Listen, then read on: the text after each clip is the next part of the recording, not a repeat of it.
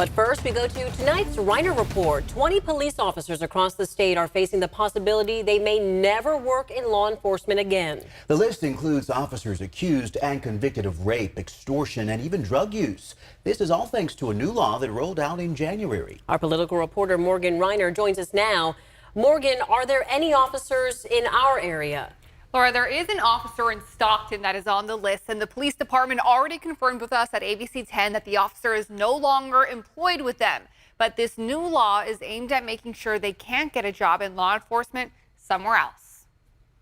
It's a list that no one in law enforcement wants to be on. A list that means they may never be a police officer again. I can assure you it's way more than 20 officers that we've seen so far. It's part of a law that started in January, Senate Bill 2, allowing the state's Commission of Peace Officer Standards, or POST, to decertify police officers if they've committed a crime.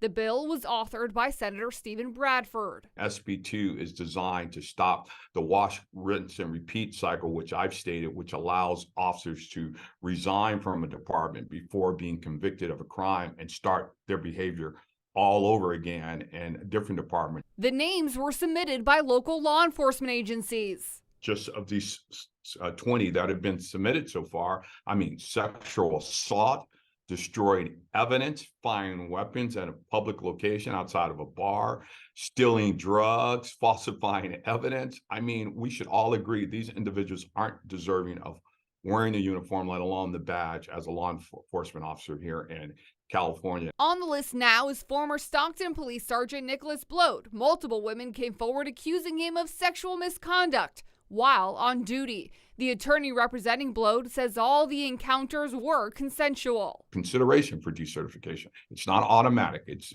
consideration. POST has not reviewed any of the names yet, but if they do decide to decertify an officer, there is an appeals process.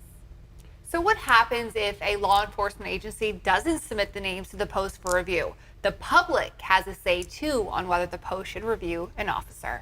So, Morgan, who is on the POST? It's a 9-member advisory board appointed by the governor, the legislature, members of law enforcement, family members of those who may have been hurt by law enforcement in the past. So it's a wide array of people.